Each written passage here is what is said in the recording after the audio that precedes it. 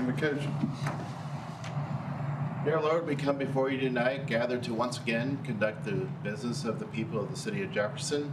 We ask your blessing upon our citizens and our community, as well as those throughout our nation enduring the hard times, such as hurricane distress and all that is occurring. We know that you are there, that you are present at all times. We pray that your will be executed through this council in our word and deed, that we always remember to uphold the will of our people and of mostly your will, Lord. In your name we pray, amen. Amen. Remain standing, we'll do the Pledge of Allegiance. Pledge allegiance to the flag of the United States of America and to the republic for which it stands, one nation, under God, indivisible, with liberty and justice for all. Thank you very much. Appreciate having you here with us. Go ahead and call the meeting to order and do a roll call. Allers. Here. Poppleton. Here. Joe. Here. Lester. Here. Leichel. Here. Mealy. Here. Schwartz. Here. Spencer. Here. Spicer. Here. Young. Here. All right. Item 3, adoption of the agenda. You have the agenda in front of you. Move to approve. Second. Motion. Second. Lester seconded. All in favor? Aye. Any opposed? Thank you. I don't have any miscellaneous items under 4. I don't have anybody signed up under 5, opportunity for public comment. So that'll take us to item 6, public hearings, none. Item 7A, you have 4 names in front of you for appointments by the mayor. Approve. Second. We've got Councilman Spencer and Councilman Spicer on second. All in favor? Aye. Any opposed? Perfect. Takes us to item 8A. An amazing air show in the city. So I'll invite Ms. Penny Smith to come up to the podium. Welcome to make any comments you would like. I know Mr. Smith is here and got our airport director, so you guys are welcome to make comments as well, but come on up. Bring any guests you would like. Introduce yourself and just, thank you. As you all know, I'm Penny Smith. I'm the air show director for the Show Me State Air Show. I have a very small group, but these are my key people pretty much. Of course, you know, Britt Smith is a big part of making the air show happen. Dayton Shepard, since the very beginning, has been my right-hand guy to help make this happen. And Carl and Terry Hakey have been huge on helping with all the aircraft as well and all the other things that have to be done. Of course, you know Eric Bowers with the airport manager and Thomas. These people helped me make this happen. I mean, and plus another 250 people that, you know, we had to pull together to make the air show a success, and still needed more people, by the way. So if anybody's interested, we'll take more volunteers. It was awesome this year. Of course, we celebrated the 80th anniversary of D-Day. We did have the honor of the 3 World War II veterans that are here locally. They came on Saturday, enjoyed the event. We had some of the paratroopers come and greet them, and of course that was a huge thrill, and got some great photos. On the next day, we had a gentleman come, Frank. He was from out of town. He was also a World War II veteran. He came to celebrate with us on that Sunday, and he also got the same treatment and recognition for his service as well. So to me, that's a huge success. The veteran dinner was a huge success. I don't know if you guys got to come, but it was very well attended. A little more than we thought was came, which is always a good thing. So we'll be planning for a much larger event next year on the dinner. Anybody else want to add some things? I don't want to speak for everybody. You want to say something? You don't be up there. Carl. Scott can verify that. Penny, I'll throw in a couple of thoughts. I want to thank. Please just just identify yourself, I'm sorry. Sorry, yep. Folks at No, home. you're good. Derek Thomas, Thank you. Air Show Committee in this instance. But I wanted to thank Chief of Police and the fire department, not to mention the city with the transit buses, et cetera. I mean, the support It was all wonderful. was awesome. And everybody was out there roasting in the sun with us. We really appreciated it. Yes, yes, for sure. Definitely want to thank the city and all the crews that did help. That was a huge thing for us. I don't think, okay, all right. You want to go ahead? Yep, go ahead. Carl Akey, I'm Scott's warden. I just want to say, my wife and I finally got her hooked in this year. We love doing this, and we do it for the city. And like Derek said, police, the fire, EMS, the city workers, everybody pitched in and made this show a success. It was kind of fun. The C-47 that we brought in, I started on them last November, trying to get them here because I found out that was the plane that led the D-Day invasion. So I was like, I told her, I said, let's come up with the 80th anniversary. I worked hard on them guys. They got tired of me calling them and them calling me, so we finally got it all worked out. But Dayton and I have known each other from the Columbia Air Show when we worked together at the Salute to Veterans. So that's why she has us down here, using our knowledge of what we did up there. So not as long as she's in charge, I told her, I'll help her out. She steps in, I step down. Yeah, very grateful for Britt and his team that helped with transportation and helped with coordinating everything. I mean, literally. So very grateful for the bus drivers that handled all of that. The parking alone, just having smooth parking, taken care of. The Missouri National Guard, having their help was amazing. We couldn't have done it without their help. Eric and the airport, and Grant with Jeff City Flying Service. Of course, you can't have an air show without them. I mean, they're a key part of the whole thing. But they're so easy to work with and make the job so much easier to be successful. Also, I don't know if you saw some of the emails that went out. We had 5 counties working on this event, 5 counties. That's pretty cool to bring together that many counties on this. Commissioners, representatives, senators, city officials of all kinds were helping, which is really neat. I mean, that truly makes this a Central Missouri event. So pretty awesome there. We did also work this year kind of new with Missouri Workforce Development and in bringing in, they wanted to come and do hiring at the event, and they ended up loving it.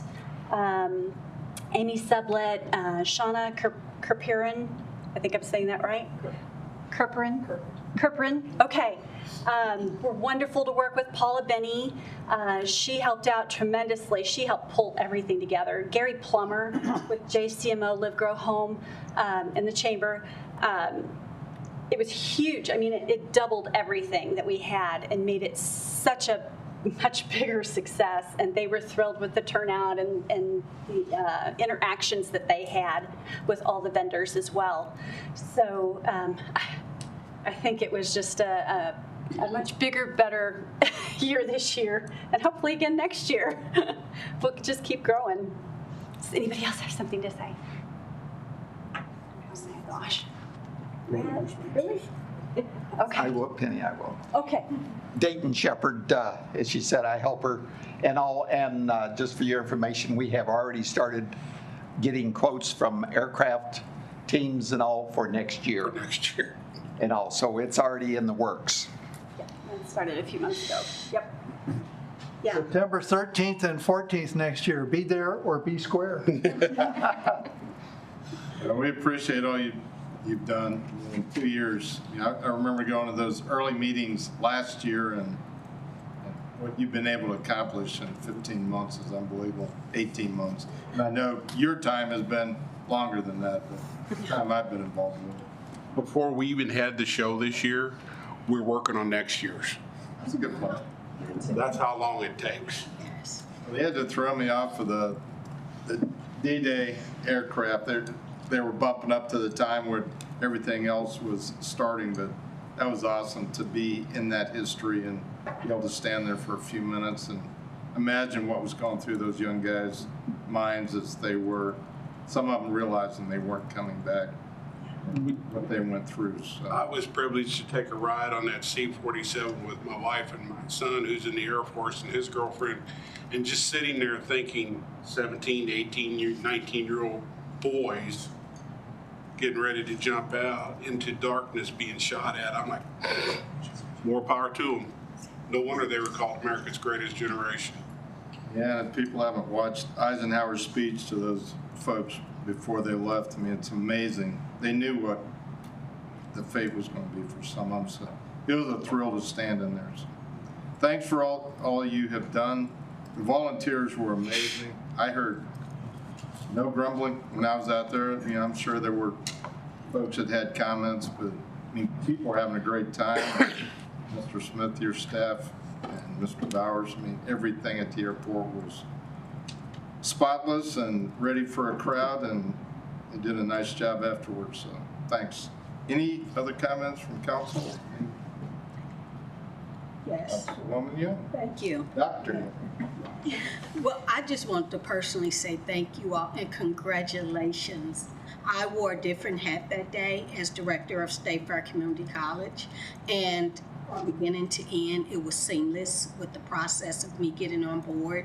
And even the day that I was there, just the way you all were organized, the parking, coming through the gate, knowing where I was supposed to be, how I was supposed to be there, it was just seamless. So I want to commend you all for that. I can't speak enough of how proud I was of the city of Jefferson for putting that together, and your team, the Air Force, the Airport Commission, being able to pull such an event together. I admit I did not know what to expect, but I was totally sold once I was there. And I was trying to get on social media telling people, please come out here, please come out here. So I just thought it was imperative that I say congratulations and thank you all, and State Fair will be there next year. Councilman Spencer and then Councilwoman Jobe. Just a couple comments. I think the show was successful, even though you were somewhat handicapped with the traffic, with the bridge road repairs that were being done, but still had a good turnout. I think that did kind of scare some folks away, unfortunately, but I think we'll have that obviously resolved by next year.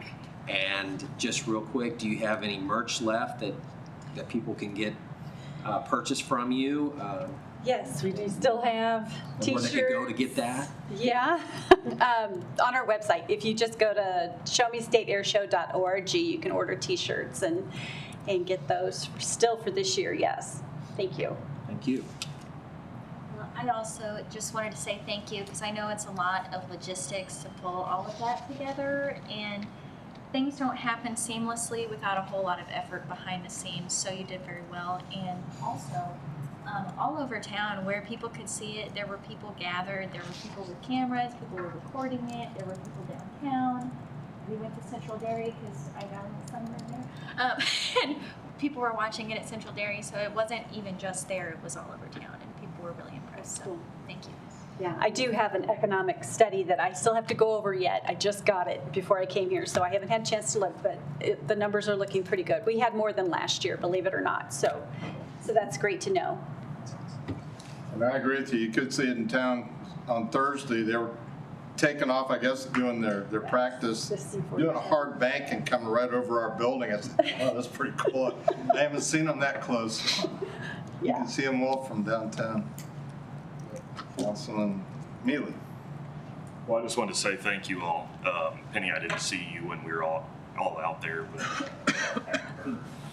seeing Pat's made my day. But one experience I had while I was out there, I probably wouldn't even had to see anything from the air show, Jeff Train was doing an awesome job getting folks over, and I appreciated that partnership. But a gentleman got out of the Handy Wheels bus, and his face just lit up. And it just, if you saw what I saw, it just made your day. So thank you all very much.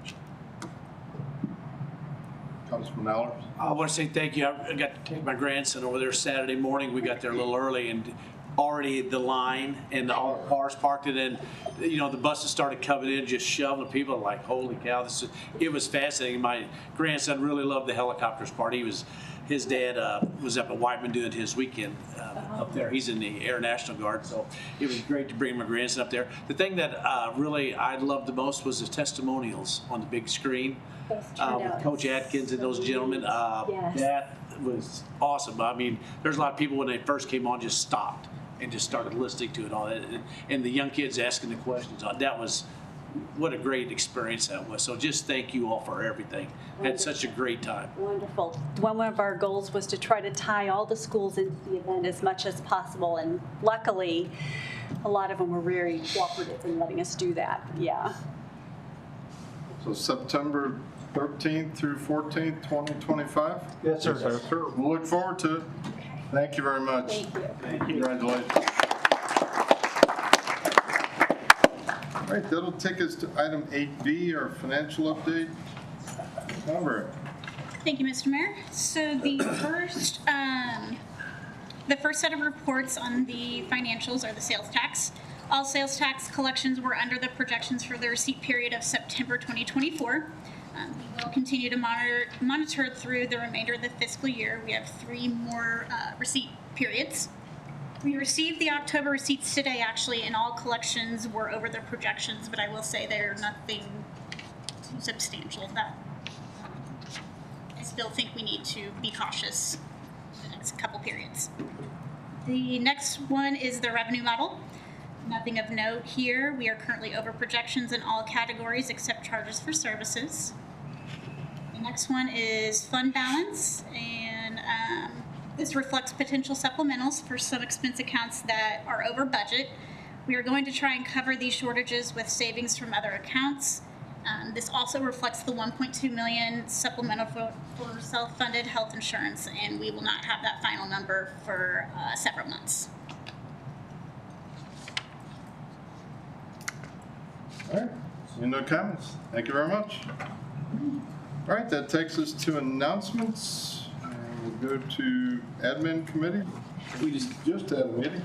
Just had a meeting, and the next one is scheduled for November the 6th, 7:30 a.m. Boone Bancroft. All right. Finance, Councilman Schwartz. Yeah, next meeting is scheduled October 24th, Boone Bancroft, 7:30. Great. Councilman Leichel, Public Safety. Thank you, Mr. Mayor. Our next meeting will be October 31st. It'll be at 3 o'clock at Hyde Park at the firehouse for the grand. Wear a costume? You could. It'd be apropos, but not required. Public Works and Planning. Yeah, our next meeting was scheduled for the 10th this week, but we have canceled it due to a lack of agenda items, so no meeting. All right.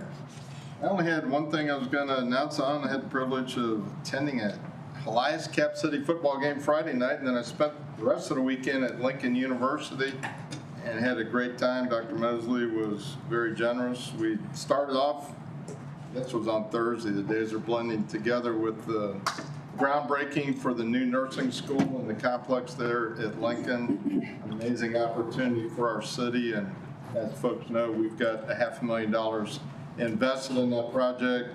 Governor Parson was there, and Presiding Commissioner Bushman was there, spoke on behalf of the county, and it was a privilege to represent the city. It's going to be an amazing project, and Dr. Mosley just continues to ramp up ideas at our university. And then Councilwoman Young was very polite to invite me to a ribbon cutting for State Fair Community College and their Connect program with Lincoln University. So we've got a lot going on at our hometown university. It was a privilege to represent the city at that event. Anything else we need to report? Mr. Mayor. Yes, sir. Remind me that game on Friday. Who won that game? Best I can tell, it was Team Crusaders. I'm not sure where they were from. Elias, does that sound right? Oh, okay. I didn't see it, but thank you for updating. Seems close. One Councilman Schwartz. And it gives me the privilege to be in Jay's Stadium this Friday night. And depending on the outcome of that, we'll be awarding the Mayor's Cup to some team. So we'll see if the Crusaders show up again. All right. Yes, sir? I just wanted to speak on behalf of planning and zoning. We will not be having a meeting this month. There's no agenda items, right? Thanks. All right, takes us to item 10, consent agenda. Move to approve. Second. Second. Councilwoman Joe? I have two questions on behalf of some constituents on item F.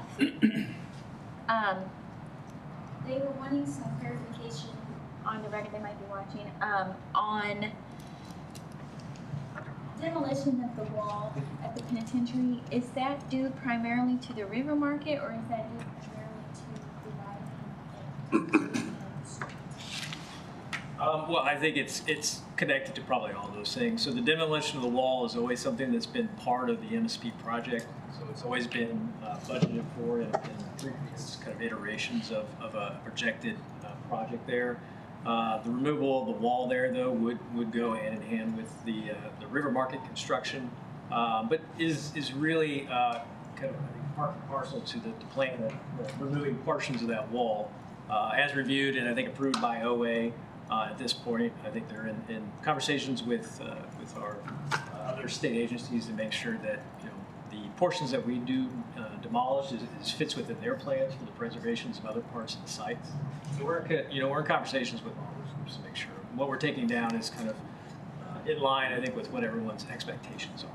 Okay, and then the second All right, question. I'm going to go ahead and shut this down. We've got a motion and a second on the table. I ask if items were proposed to be pulled off of the agenda. Is it your desire to pull this item off? No. If not, we're going to go to a vote. Other than Mr. Greffrath had an editorial change, I believe, on one of the topics. Would you please announce that? Sure.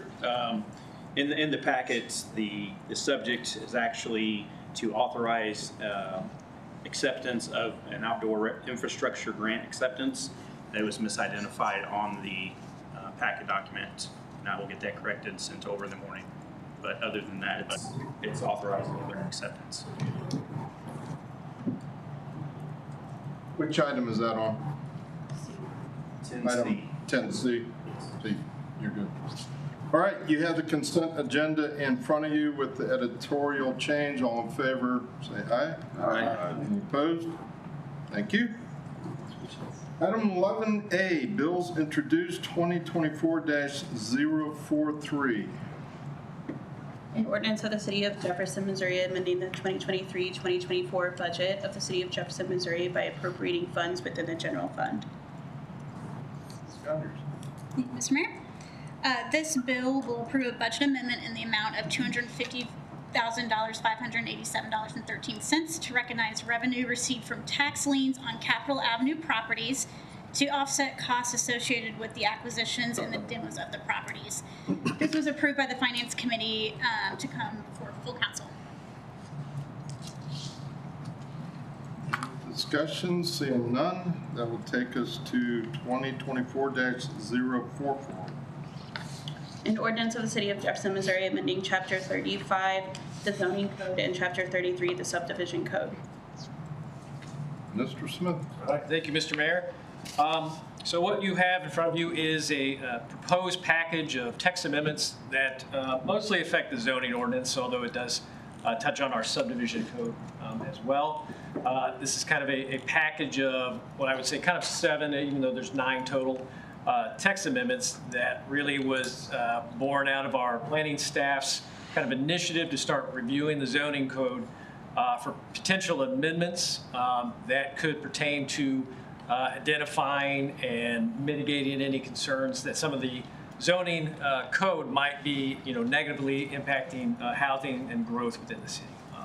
we've had a number of plans over the last few years that identified zoning as something that our community and most communities in general should be reviewing for any types of obstacles. It's increasing costs and increasing hurdles to building housing. So our staff went through and identified this package in front of us. One thing I'll say about it is, we spoke about this, and this is really what we consider kind of low-hanging fruit. So we wanted to come forward with a package that we could get in front of council relatively quickly, and I say relatively. It's still a multi-month process. The plan and zoning, I think we presented it to them 3 times. There was a work session during the beginning of that was a multi-hour work session. And give a little kudos to them for putting in that effort there to kind of review that with staff and identify the portions of those amendments that we had initially identified and kind of narrow them down to ones that we wanted to bring forward now. So we thought it was important to kind of initiate that and get the ball rolling. We anticipate there'll be more packages coming forward in the future, but these are ones that we identified that we felt were fairly defensible, fairly straightforward, and that would be less controversial than some housing initiatives might be. So I fully expect to have some additional kind of proposals in the future as time permits, as our staff has time to go through those. I would say kind of our next round is probably going to be a little more in-depth, so there may be fewer initiatives. It may take a little additional time and vetting of those because some of those things may start to look at some of the bigger kind of talking points within the zoning code and housing.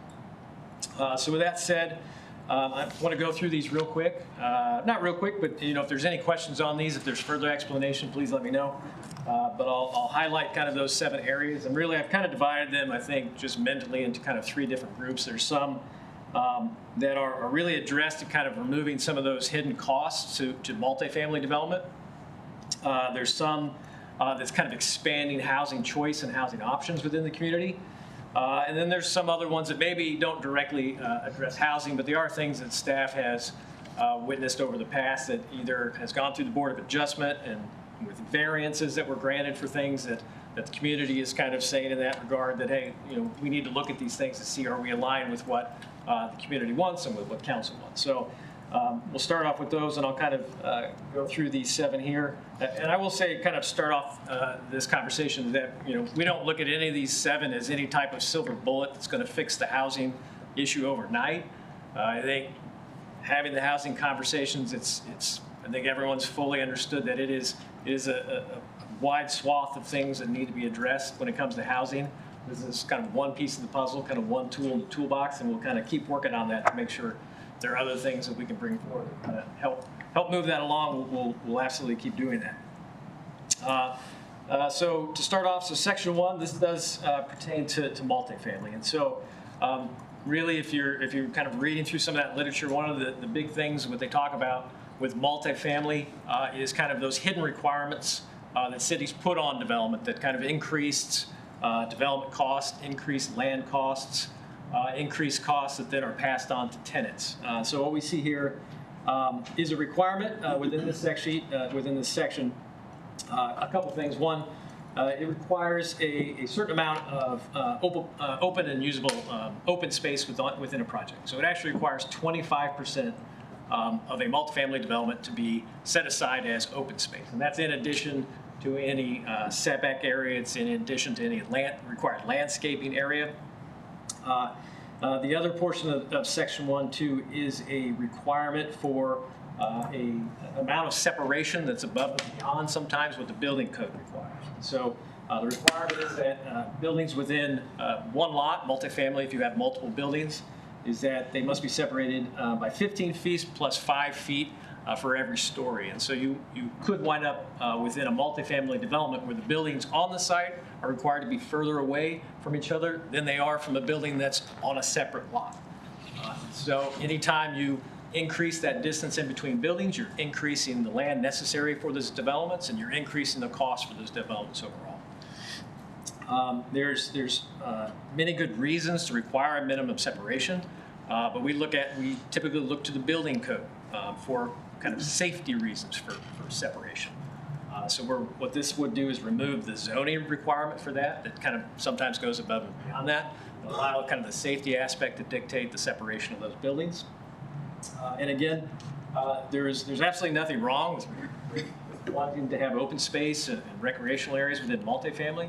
But when the city takes the step of requiring that and adding that cost to the development, you are then coupling that to the cost that is to the tenant. So even though a developer may have a specific demographic that they're targeting, say people with no children or people who are older, they are still required to provide that open space. They're still required then to pay for that additional property, and then basically it couples the cost of the rent of those of that property with the additional costs necessary to provide that space. So what we're looking to do is really to decouple those and really to allow a developer to himself ascertain what type of amenities they want to provide to their residents. If we have a developer who realizes that the tenants that he's looking to build development for value low cost more than anything, that allows them then to not have to provide that type of specific amenity for that specific developer. So that is section number 1. And we'll kind of come back to that theme of removing some of these coupled costs that go along sometimes with development.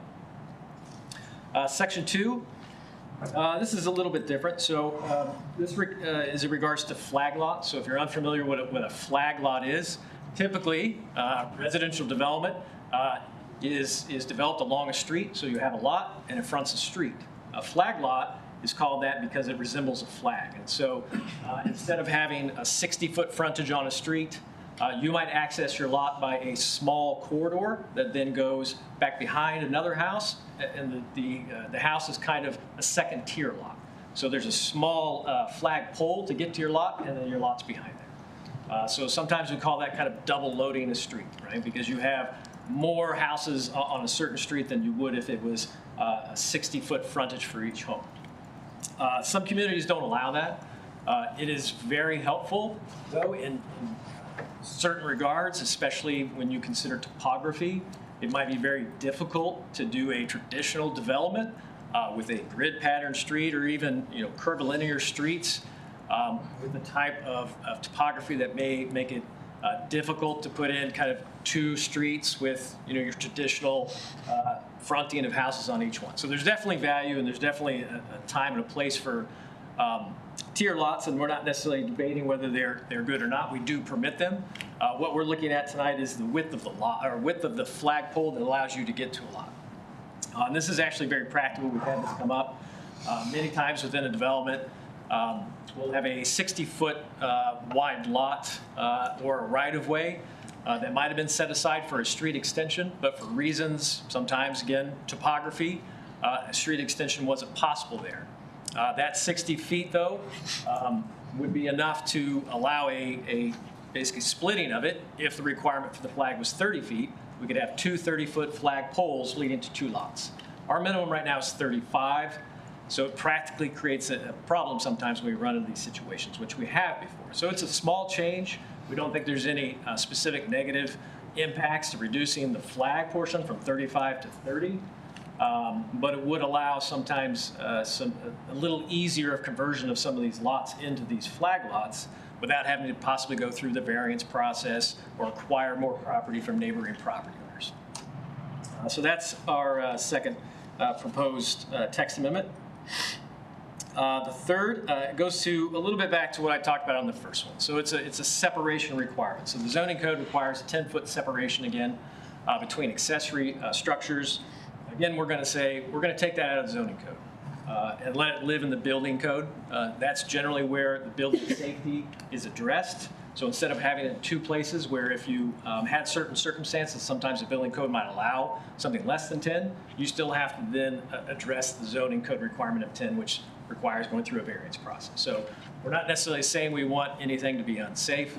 We're saying let's let it live that requirement within the building code and be addressed in that way, and it kind of eliminates kind of that double regulation. So it's still addressed, just maybe in the more appropriate location. Another one is a little bit, it's housing related, but sometimes it's just one of those things we have identified that has come up in the past. So We do allow for detached accessory buildings. There's a maximum size, though, of 1,500 feet, I think, off the top of my head. I don't have it right in front of me. At 1,500 feet, you think of maybe a double-loaded garage or something along those lines. However, that is the maximum cap. So we do have residents here in town that live on 2 acres, 3 acres, 4 acres. There's a good case to be made that, if you have a larger lot, having a little bit larger accessory building is probably not going to have a negative impact on your neighbors. So we're looking to increase that maximum. It would be kind of a stepping up to 2,500 square feet, so it gives a little bit more allowance. I think 2,500 is about what we see as the request. So we feel comfortable that it's probably going to meet some of the needs and allows our residents, I think, kind of that additional space. Some like to think of it as a workshop, and I think we've changed our definition a little bit to address it's not always a garage, sometimes it's a workshop. But that'll increase that to 2,500 square feet.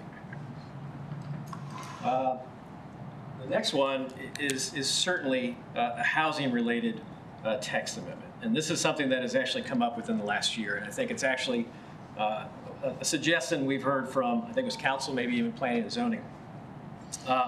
We have many commercial districts in town that were converted from previously residentially zoned property. And so when you do that, what we see is basically buildings that were designed and built as single-family homes, now in commercial districts. Single-family use is not something that's permitted in most of our commercial districts. So once they have converted the zoning to commercial, you can no longer use that property as a single-family use. I think about a year ago, we had an individual come in and ask for that very specific zoning change to take it out of the commercial into a zoning district that would allow them to actually use it again as a single-family home. So we kind of looked at that and said that might be the model we want to look at as far as allowing some of these non-conforming uses. That's kind of the term we use in the planning world.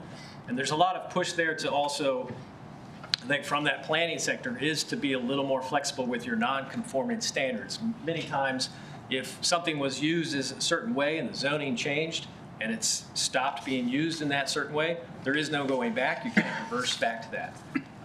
Given, I think, a lot of the focus on housing, it makes a lot of sense to make those properties that were designed and built as single-family homes available again for residential use.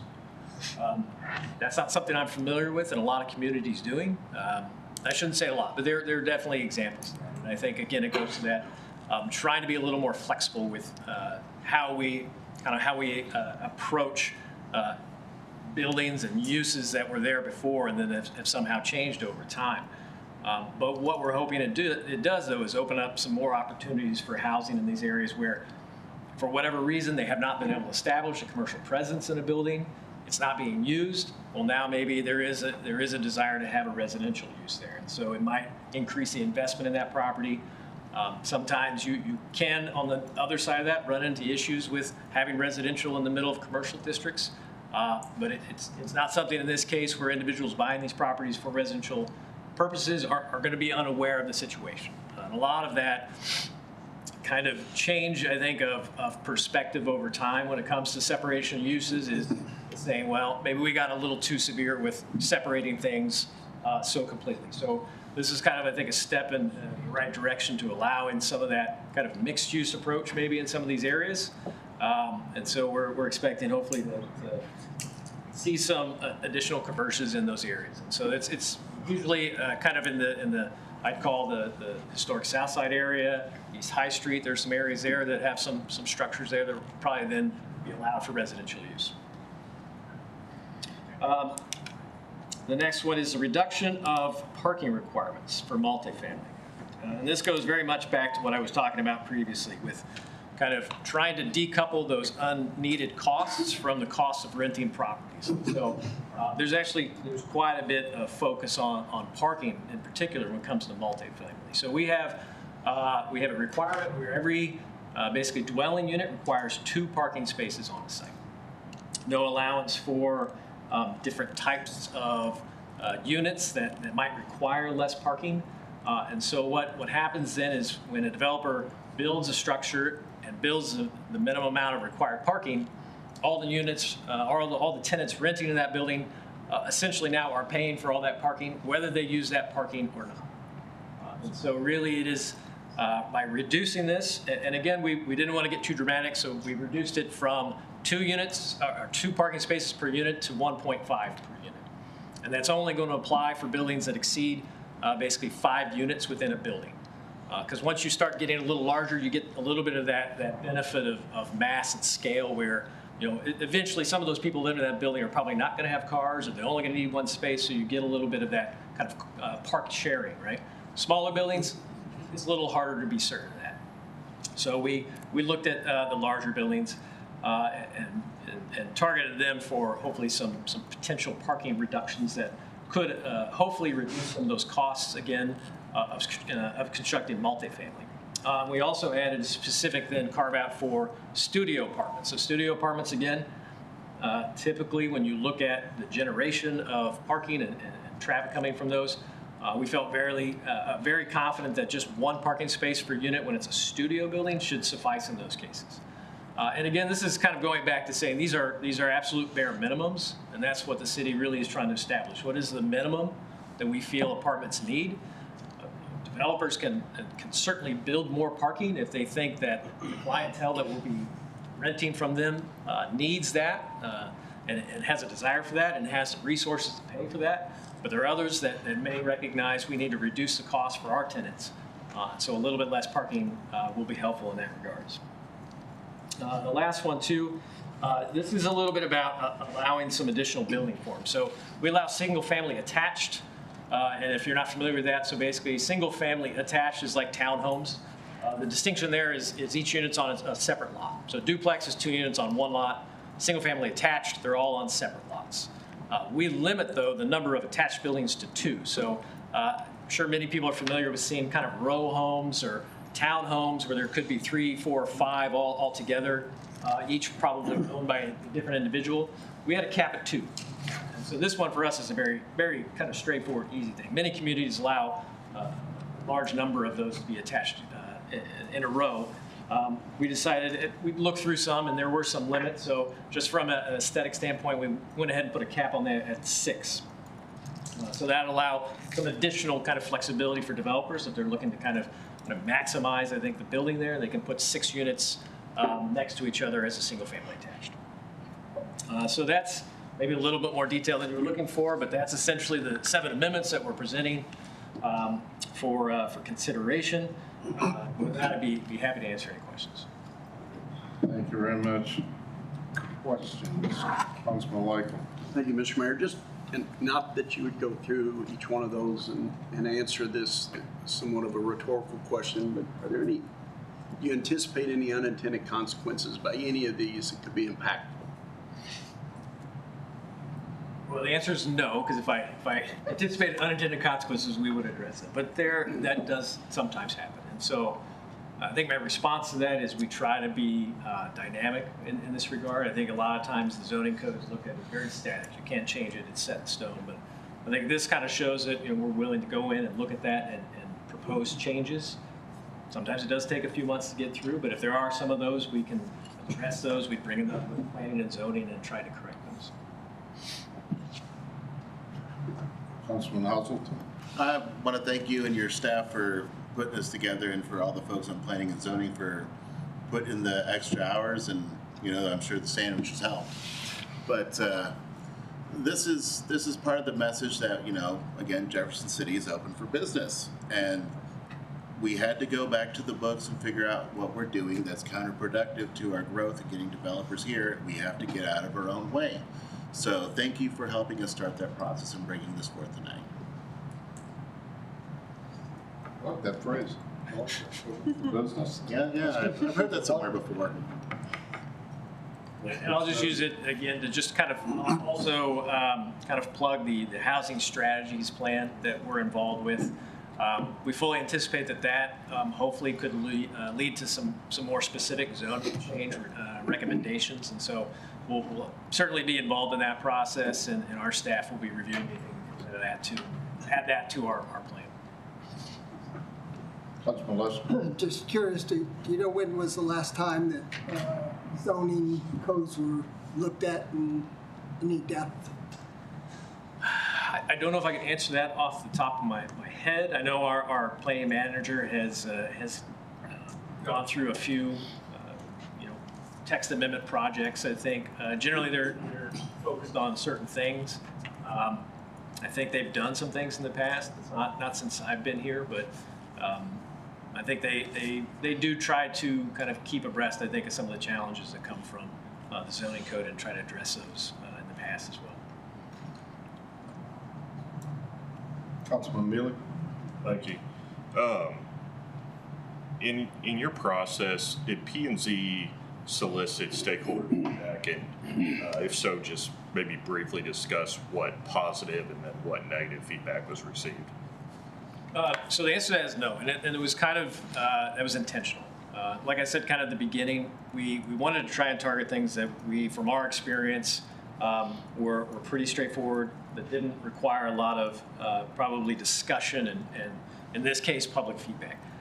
We fully expect, I think, the next round or two we go through, I think they're going to be a little more, what I would call kind of heightened interest. So we do want to get that feedback. And it's not that we didn't want feedback. I think what we wanted to do is really get this kind of ball rolling a little bit, not spend too much time on this first phase. We wanted to get it there, show some progress, kind of get that win, and kind of, I think, also put it out there that we're reviewing this and we are taking action. And I think that was kind of the expectation. Were these code revisions out there for consumption of stakeholders during that process if they wanted them? Yeah, they were certainly posted along with planning and zoning agendas. Like I said, it was at least I think 3 planning and zoning that these were on there, kind of each time kind of changing and revising them down to kind of the final version. But no, I would not say that we took an active stance in soliciting feedback for that reason. Thank you. Councilman Lester. As being involved in the process, I think we did look at complaints and issues from the experience in all these areas, and also, as I recall, looked at different cities and towns and what they had. It seemed to be working. All right, thank you for that review. Appreciate all the questions and comments. That will take us to item 12A, bills pending 2024-037. An ordinance of the City of Jefferson, Missouri, authorizing the mayor and city clerk to execute an agreement with Williams Keepers LLC for audit services. Mr. Mayor, this bill will authorize a 3-year contract with Williams Keepers for audit services in the amount of $277,500. Excuse me. Williams Keepers will provide audit services and prepare the financial statements for the city. This was approved by the admin committee to come before council. Seeing no comments, we will do a roll call vote. Ballers? Aye. Templeton? Aye. Job? Aye. Lester? Aye. Michael? Aye. Neely? Aye. Schwartz? Aye. Spencer? Aye. Spicer? Aye. Young? Aye. Bill passes. All right, thanks. Item 12B, 2024-038. An ordinance of the City of Jefferson, Missouri, authorizing the mayor and city clerk to execute an agreement with Bartlett and West in the amount of $940,500 for the design of the High Street Viaduct. Mr. Marash. Thank you, Mayor. Yeah, as the clerk indicated, this is a design contract, a second phase, if you will, of the design of the High Street Viaduct. We did an initial phase, kind of a quick phase to get a preliminary design and layout that we could show the public and apply for some grants with. We were unsuccessful in that grant process. This is about a $15 million project is what it's estimated as, so a very large project for the city. But with this next phase of the project, the design phase, allow us to get the design in such a state that it helps our future grant applications as well as getting some of our permits going. Once you apply for these grants, a lot of times those are a lot of the questions in there. Do you have final plans? Do you have any permits that are needed? So once we're able to get these permits and check those boxes, hopefully that'll set the city up for a more successful grant application. The This is City County passing its capital sales tax project. We also, the city included some non-ARPA money in here, so that's how we're funding this design. Seeing no comments, we'll do a roll call vote. Thank you very much. Allers? Aye.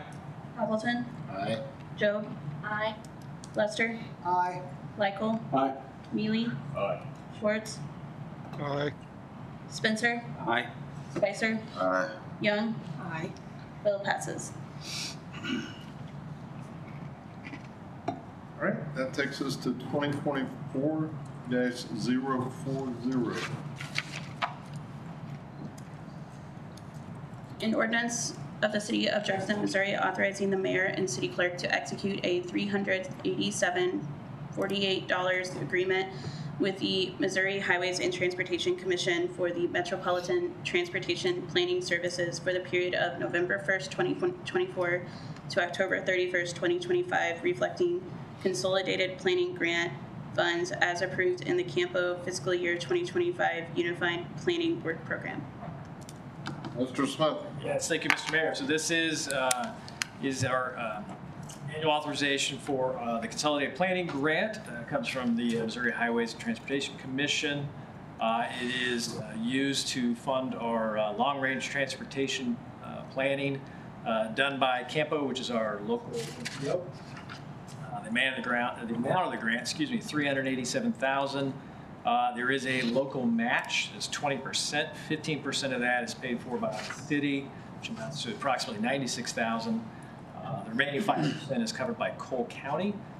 Just one note, it's a little bit different than the 20% match this year because the city did commit to additional funding for the tri-level study, so that is within the Campo budget for this year. But with that said, I'd answer any questions. All right, seeing none, we'll do a roll call vote. Allers? Aye. Appleton? Aye. Joe? Aye. Lester? Aye. Michael? Aye. Mealy? Aye. Schwartz? Aye. Spencer? Aye. Spicer? Aye. Young? Aye. Bill passes. All right, takes us to informal calendar, 13A, 2024-031. Councilman Schwartz. Yeah, I want to go ahead and take this off the informal calendar, and I will move to adopt the substitute. All right, there's a motion to adopt the substitute. Second. Got a second from Councilman Spencer. Any other questions? Do a roll call vote then to get the substitute on the table. It's just, so the substitute, the only difference is a couple of dollars, is that correct? Okay. Okay. Are you asking me or? Whoever. Good answer. Thank Mr. Crane responded. Whoever. Clean up. Just wanted to confirm. Yep. All right. Roll call vote. Allers? Aye. Appleton? Aye. Joe? Aye. Lester? Aye. Michael? Aye. Mealy? Aye. Schwartz? Aye. Spencer? Aye. Spicer? Aye. Young? Aye. Bill All right. passes. All right, you now have substitute 2024-031 in front of you. Is there a motion to adopt that? Motion to approve. Second. We've got a motion and a second. No comments, we'll do a roll call vote.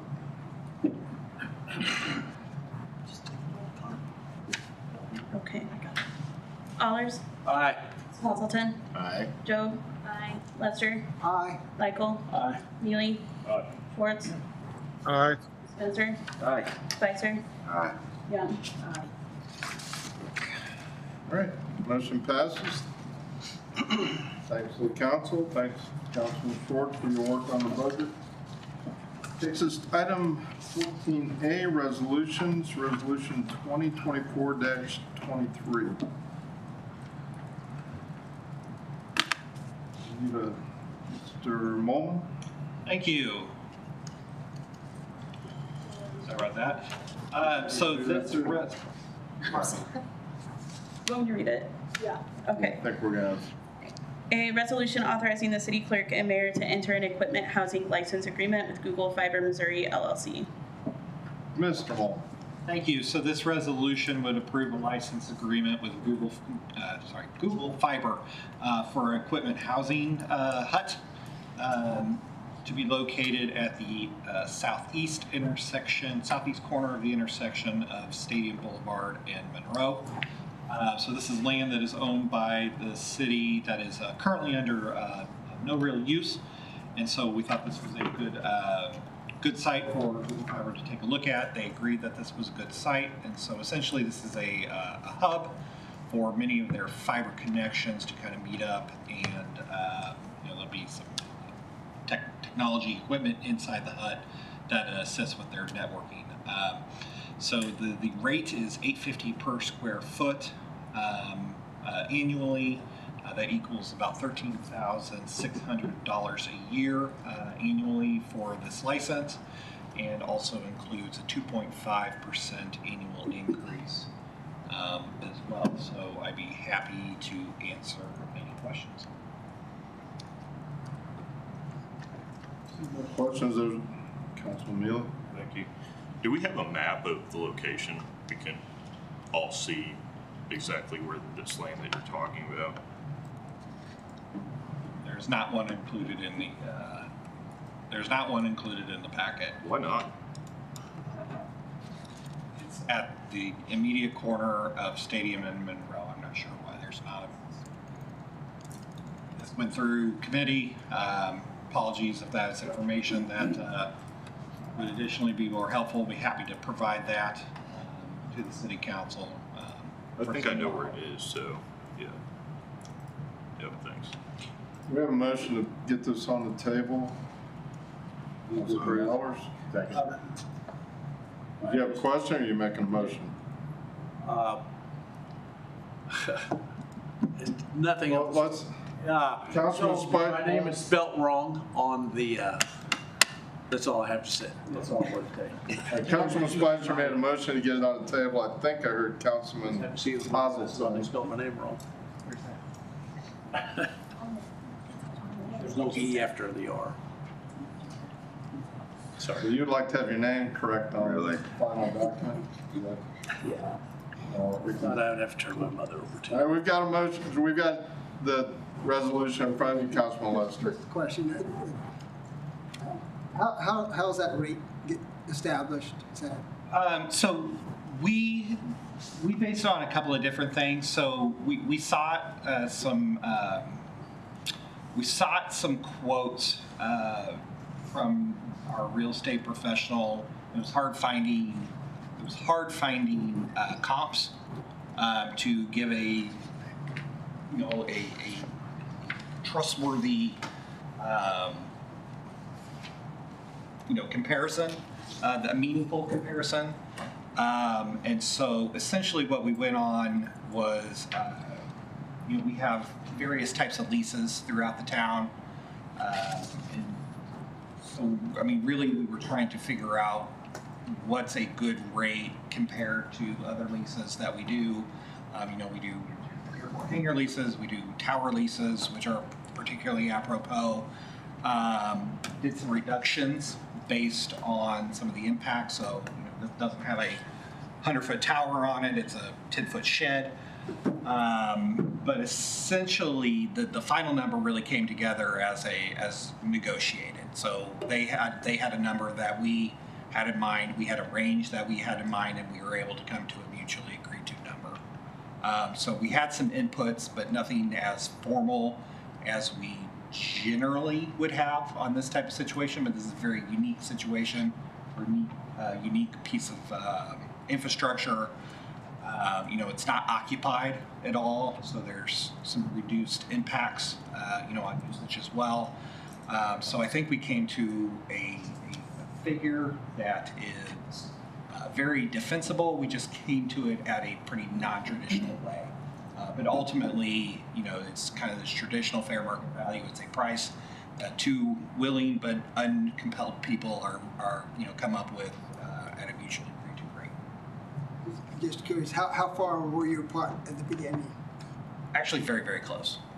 Yeah. Okay. It did, the rate didn't take much time at all. All right, you have resolution 2024-23 in front of you for a roll call vote. Allers. Aye. Appleton. Aye. Joe. Aye. Lester. Aye. Michael. Aye. Neely. Aye. Schwartz. Aye. Spencer. Aye. Spicer. Aye. Young. Resolution is adopted. All right, resolution 2024-24.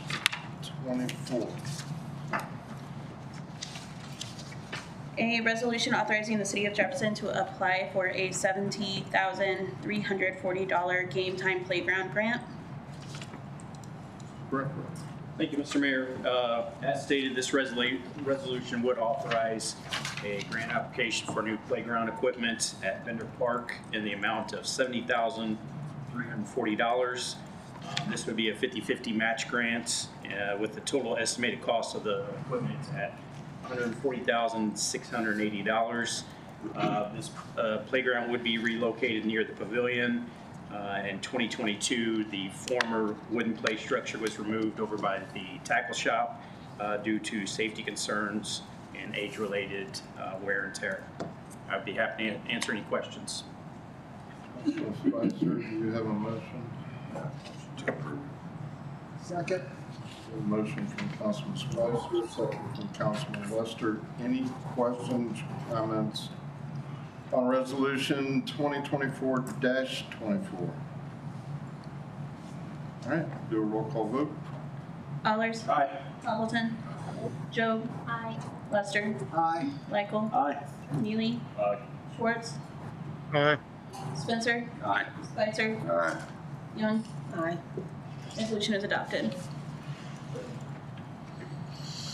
All right, it takes us to resolution 2024-25. A resolution to authorize the mayor and city clerk to enter into an amendment with Piper Sandler & Co. Thank you. So the city has a current financial services agreement with Piper Sandler to provide municipal financial advisory services. So the city uses Piper Sandler generally when there are bonds or obligations to be issued by the city for various types of projects. We recently used Piper Sandler for our sewer bond issuance, for example. Part of the agreement, the existing agreement, was also for Piper Sandler to provide services to the city for the MSP Hotel Conference Center project. This resolution would approve an amendment to that existing agreement, which would essentially transfer that work from the MSP project to the downtown Conference Center Hotel Garage project. So essentially services that we've already asked them to do, but just transferring the project site. So I'm happy to answer any questions. Councilman Spencer, do you have a motion? Motion to approve. Second. Councilman Spencer has moved to approve. Councilman Spicer seconded. Seeing no other comments, roll call vote. Allers. Aye. Appleton. Aye. Joe. Aye. Lester. Aye. Michael. Aye. Neely. Schwartz. Aye. Spencer. Aye. Spicer. Aye. Young. Resolution is adopted. All right, takes us to item 15. You do have some closed session minutes. We need to approve those. Motion to approve. Second. Councilman Appleton's moved. Councilman Lester seconded. We'll do a roll call vote on that. Allers. Aye. Appleton. Joe. Aye. Lester. Aye. Michael. Aye. Neely. Aye. Schwartz. Aye. Spencer. Aye. Spicer. Aye. Young. Motion is approved. All right, we have no new business, no unfinished business. That takes, That this meeting be adjourned and you jumping the gun like I do. I have to, because if I don't, they'll just. We're gonna let her read it, and then I will recognize you, Councilwoman Young. The chair will entertain a motion to adjourn the public session and pursuant to section 610.21 of the revised statutes of Missouri, go into closed session to discuss the following: attorney-client privilege, subsection 1, negotiated contracts and sealed proposals, subsection 12. You have a motion? I have a motion that this meeting be adjourned and we move into closed session. Second. Thank you. All right, all in favor, say aye. Roll call vote, please. Roll call. Sorry, we need to do a roll call on that. Quickly for the meeting. Allers? Aye. Appleton? Aye. Joe? Aye. Lester? Aye. Michael? Aye. Ely? Aye. Schwartz? All right. Spencer? Aye. Spicer? Aye. Young? We are going to move across the hall and we'll get started. Allers.